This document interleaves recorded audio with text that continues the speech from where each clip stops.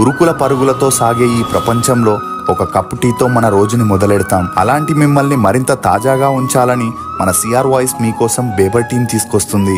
ఇందులో 5 ఫ్లేవర్స్ ఉన్నాయి. Comment section లో ఇచ్చిన వెబ్సైట్ లింక్ తో వెళ్ళి మీకు నచ్చిన ఫ్లేవర్ ని రుచి చూడండి. ఇప్పుడు 50 గ్రామ్స్, 100 గ్రామ్స్, 250 గ్రామ్స్ లో కూడా అవైలబుల్ గా ఉన్నాయి. నమస్తే ఫ్రెండ్స్, వెల్కమ్ టు సిఆర్ ముచ్చట్లు. ఫ్రెండ్స్, బుల్లితెర యాంకర్ ఓంకార్ గురించి ప్రేక్షకులకి ప్రత్యేకంగా పరిచయం చేయాల్సిన అవసరం లేదు. ఎన్నో టీవీ షోస్ని తన హోస్టింగ్ ద్వారా సక్సెస్ చేసి ఒకవైపు యాంకర్గా, మరోవైపు డైరెక్టర్గా మంచి పేరుని తెచ్చుకున్నాడు. అయితే బిగ్ బాస్ సీజన్ 8కి ఓంకార్ హోస్ట్గా వ్యవహరిస్తున్నాడనే వార్తలు అప్పట్లో ఎక్కువగా వినిపించాయి. ఇందుకు కారణం నాగార్జున తన మూవీస్లో యాక్ట్ చేస్తూ తన కొడుకుల సినిమాలకి కూడా ప్రొడ్యూస్ చేసే దాంట్లో బిజీగా ఉండడంతో ఓంకార్ బిగ్ బాస్కి హోస్ట్గా చేస్తున్నాడనే వార్తలు వచ్చాయి. ఇక అలా ఈ డీల్ అగ్రిమెంట్ వరకు వెళ్ళిన కొన్ని అనివార్య కారణాల వల్ల క్యాన్సిల్ అయి నాగార్జుననే మళ్ళీ హోస్ట్గా చేస్తున్నట్లు బిగ్ బాస్ టీం అనౌన్స్ చేసింది. అసలు బిగ్ బాస్ ఓంకార్ని ఎందుకు తీసేయాల్సి వచ్చిందనేది మనం ఈ వీడియోలో తెలుసుకుందాం. ఓంకార్ అలియాస్ యాంకర్ ఓంకార్ ఇతను 1979 అక్టోబర్ 4న ఆంధ్రప్రదేశ్లోని తెనాలిలో జన్మించాడు. తండ్రి ఎన్వి కృష్ణారావు గారు. ఇతను కాకినాడలో డాక్టర్గా పనిచేస్తే తల్లి హౌస్ వైఫ్గా ఉండేది. అలా ఓంకార్కి అశ్విన్, కళ్యాణ్ అనే 2 తమ్ముళ్లతో పాటు శ్రీవల్లి అనే చెల్లెలు కూడా ఉంది. ఓంకార్ తన స్కూలింగ్ని కాకినాడలోని ప్రాథమిక పాఠశాలలో చదివాడు. ఇక అలా 10th వరకు కాకినాడలో చదివి తన ఇంటర్ని గుంటూరులోని ఒక జూనియర్ కాలేజీలో పూర్తి చేశాడు. చిన్నప్పటి నుండి ఓంకార్కి యాక్టర్ అవ్వాలని, సినిమాల్లో నటించాలనే ఇంట్రెస్ట్ చాలా ఉండేది. దీంతో ఇంటర్లోనే తన చదువులకి ఫుల్ స్టాప్ పెట్టేసి హైదరాబాద్ వెళ్ళాలనుకున్నాడు. కానీ ఓంకార్ పేరెంట్స్ మాత్రం అందుకు ఒప్పుకోకుండా ముందుగా డిగ్రీ కంప్లీట్ చేసి ఆ తర్వాత నీకు ఇష్టమైన ప్రొఫెషన్ని ఎంచుకోమని చెప్పడంతో ఓంకార్ ఈస్ట్ గోదావరిలోని జీబీఆర్ కాలేజీలో ఫిజియోథెరపీలో బ్యాచిలర్ డిగ్రీని పూర్తి చేశాడు.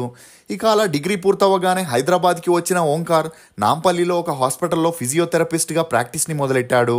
అలా ఒకవైపు ప్రాక్టీస్ చేస్తూనే మరోవైపు సినిమాల్లో కూడా ట్రై చేయడం మొదలెట్టాడు. ఇక అలా 4 సంవత్సరాల తర్వాత ప్రాక్టీస్ పూర్తయింది కానీ ఓంకార్కి మాత్రం సినిమాల్లో ఛాన్సులు రాలేదు. ఇదిలా ఉంటే ఓంకార్ కొన్ని ఆడిషన్స్కి వెళ్ళినప్పుడు కొంతమంది మేనేజర్స్తో, అసిస్టెంట్ డైరెక్టర్స్తో పరిచయం ఏర్పడడం వల్ల వాళ్ళు ఏదైనా మూవీ, సీరియల్, టీవీ షోస్లో ఆడిషన్స్ ఉంటే ఓంకార్కి ఇన్ఫార్మ్ చేసేవారు. ఇదిలా ఉంటే 2005లో ఆదిత్య మ్యూజిక్లో అంకితం అనే ప్రోగ్రామ్కి వీడియో జాకీ కోసం ఆడిషన్ నిర్వహించారు. ఇక అలా ఈ విషయం తెలుసుకున్న ఓంకార్ ఆ షోకి ఆడిషన్ కోసం వెళ్ళగా అందులో తన టాకింగ్ స్కిల్స్ని చూసి ఆ షోకి విజేగా సెలెక్ట్ చేయడం జరిగింది. ఇక ఈ షో ద్వారా ఓంకార్ మంచి పేరుని సంపాదించుకున్నాడు. అలా తన యాంకరింగ్ స్కిల్స్ని చూసి ఫిదా అయిన జీ తెలుగు టీం ఓంకార్కి ఆటా షో యాంకర్గా ఆఫర్ ఇవ్వడం జరిగింది. ఇక అదే సమయంలో జీ తెలుగులో క్రియేటివ్ హెడ్గా ఉన్న అనురాధ గారితో ఓంకార్కి మంచి పరిచయం ఏర్పడింది. దీంతో జీ తెలుగులో ఆటా ప్రోగ్రామ్ స్టార్ట్ అవ్వకముందే ఓంకార్ ఓన్గా ఒక షో చేసేందుకు కూడా అనురాధ గారు పర్మిషన్ ఇచ్చారు. అలా ఓంకార్ తన ఓన్ ప్రొడక్షన్లో మాయాద్వీపం అనే ప్రోగ్రామ్ని ప్లాన్ చేసి తన తమ్ముళ్ళని కూడా ప్రొడక్షన్లో దింపి వారికి ఒక్కో డిపార్ట్మెంట్ బాధ్యతల్ని అప్పగించడం జరిగింది. కానీ జీ తెలుగులో ఆటా ప్రోగ్రాం ముందుగా స్టార్ట్ అవ్వడంతో మాయాద్వీపం షోని పోస్ట్పోన్ చేయడం జరిగింది. ఇక అలా ఆటా షో 2006లో స్టార్ట్ అవ్వగా ఈ షోకి జనాల నుండి మంచి ఆదరణ లభించి సూపర్ హిట్ అయింది. అలా ఆటా సీజన్ 1 కంప్లీట్ అవ్వగానే ఓంకార్ మాయాద్వీపం అనే ప్రోగ్రామ్ని 2007లో ప్రొడ్యూసర్గా, హోస్ట్గా స్టార్ట్ చేశాడు.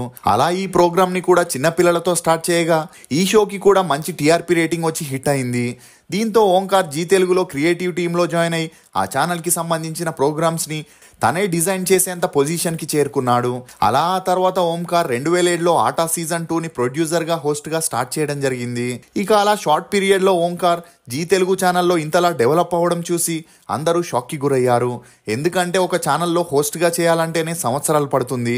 అలాంటిది కొత్తగా వచ్చిన ఓంకార్కి అటు యాంకర్గా, ఇటు ప్రొడ్యూసర్గా, ముఖ్యంగా ప్రైమ్ టైంలో స్లాట్స్ ఇవ్వడంతో అనురాధ గారితో ఉన్న సన్నిహిత్యంతోనే ఓంకార్ ఎదిగాడని టాలీవుడ్లో అందరూ గుసగుసలాడసాగారు. అయినప్పటికీ ఇదంతా పట్టించుకోకుండా ఓంకార్ 2008లో Mayadweepam 2, Aata junior season 1, season 2, 2009లో మాయాద్వీపం సీజన్ 3, 2010లో ఆటా జూనియర్ సీజన్ 3 మరియు 4ని చేశాడు. ఇక అప్పుడే ఈటీవీలో డి అనే డ్యాన్స్ షో స్టార్ట్ అయి మంచి రేటింగ్తో దూసుకుపోయింది. అలా నిదానంగా ఓంకార్ జీ తెలుగు ఛానల్ కంట్రోల్ని పూర్తిగా తీసుకోవడంతో అనురాధ గారికి, ఓంకార్కి మనస్పర్ధాలు మొదలయ్యాయి. దీంతో ఓంకార్ తన సత్తా ఏంటో చాటాలని మా టీవీలో తనే ప్రొడ్యూసర్గా, హోస్ట్గా ఛాలెంజ్ అనే డ్యాన్స్ షోని స్టార్ట్ చేశాడు.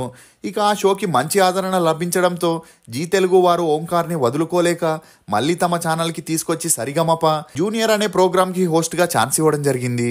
ప్రొడ్యూసర్గా ఆ ప్రోగ్రామ్కి అవకాశం ఇవ్వనందువలన మళ్ళీ ఓంకార్ మా టీవీలో అదృష్టం అనే ప్రోగ్రామ్ని చేయడం జరిగింది.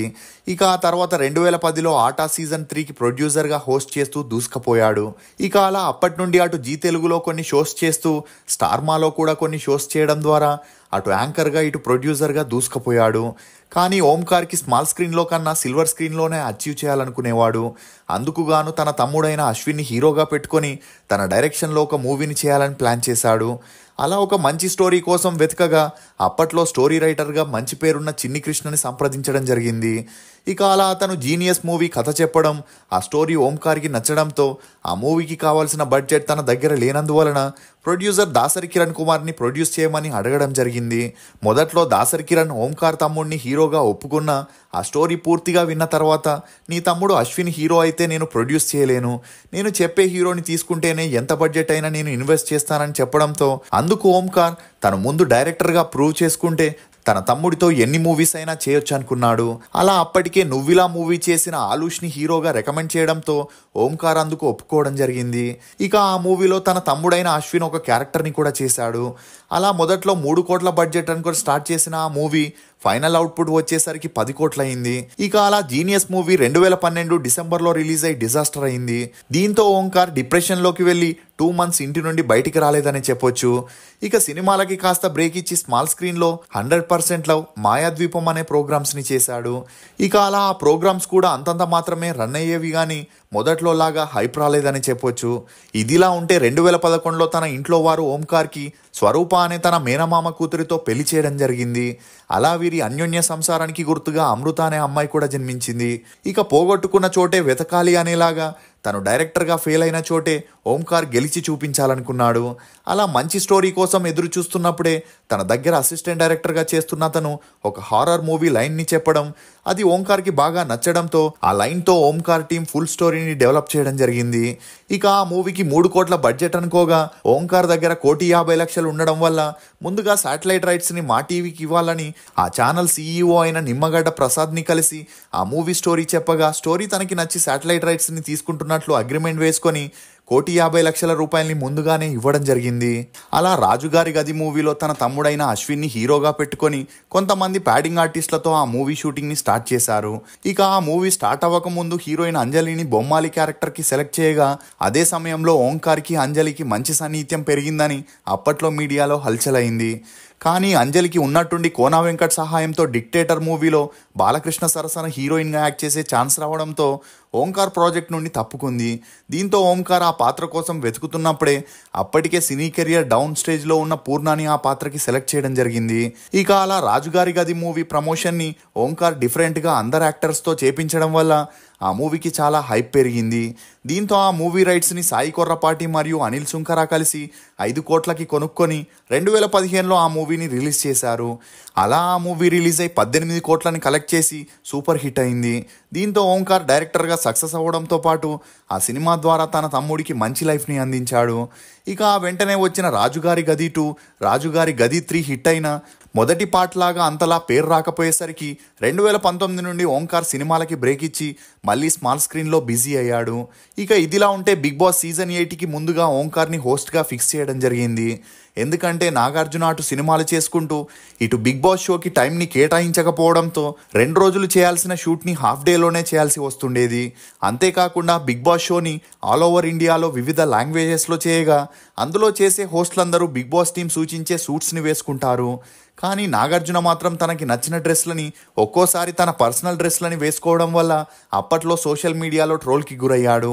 ఇదే విషయంపై బిగ్ బాస్ టీంకి నాగార్జునకి మధ్య ఆర్గ్యుమెంట్ జరిగిన బిగ్ బాస్ టీం చేసేదేమీ లేక సీజన్ 7లో నాగార్జునకి నచ్చిన డ్రెస్ని వేసుకునేందుకు అనుమతించారు. అంతేకాకుండా నాగార్జున చెవిలో బిగ్ బాస్ టీం చెప్పింది మాత్రమే కెమెరా ముందు చదివేసి వెళ్ళిపోతాడు కానీ ఇన్వాల్వ్మెంట్ అంతలా లేకపోవడంతో ఈసారి సీజన్ 8కి ఓంకార్ని హోస్ట్గా బిగ్ బాస్ టీం మాట్లాడడం జరిగింది. కానీ బిగ్ బాస్ సెట్ అన్నపూర్ణ స్టూడియోలో ఉండడంతో ఒకవేళ ఓంకార్ని హోస్ట్గా పెట్టుకుంటే ఇక్కడ నుండి సెట్ని తీసేయాల్సి వస్తుందని నాగార్జున టీం చెప్పడం, అందుకు తోడు మా టీవీలో కూడా బిగ్ బాస్ షోని టెలికాస్ట్ చేయరని తెలుసుకొని బిగ్ బాస్ టీంకి చేసేదేమీ లేక ఓంకార్ని తీసేసి మళ్ళీ నాగార్జునని హోస్ట్గా సీజన్ 8కి సెలెక్ట్ చేయడం జరిగింది. ఇక అలా షో మొత్తానికి 20 కోట్లని మాట్లాడగా ఒక ఎపిసోడ్కి 15 నుండి 20 లక్షల అగ్రిమెంట్ వేసుకొని ప్రోమో కూడా రీసెంట్గా రిలీజ్ చేయడం జరిగింది. ఇది ఫ్రెండ్స్ ఓంకార్ గురించి కొన్ని నమ్మలేని నిజాలు. ఈ వీడియో మీద మీ అభిప్రాయాన్ని కమెంట్ సెక్షన్లో తప్పకుండా తెలియజేయండి. మేము చేసిన ఈ వీడియో మీకు నచ్చినట్లయితే ఒక లైక్ ద్వారా మీ సపోర్ట్ని మాకు తెలియజేయండి. రుచికరమైన మరియు ఆరోగ్యకరమైన బేబర్ టీ కోసం బేబర్ వెబ్సైట్కి వెళ్ళి మీకు నచ్చిన ఫ్లేవర్ని ఆర్డర్ చేసుకుంటారని ఆశిస్తూ for more interesting videos please subscribe to CR Muchatlu. Thank you.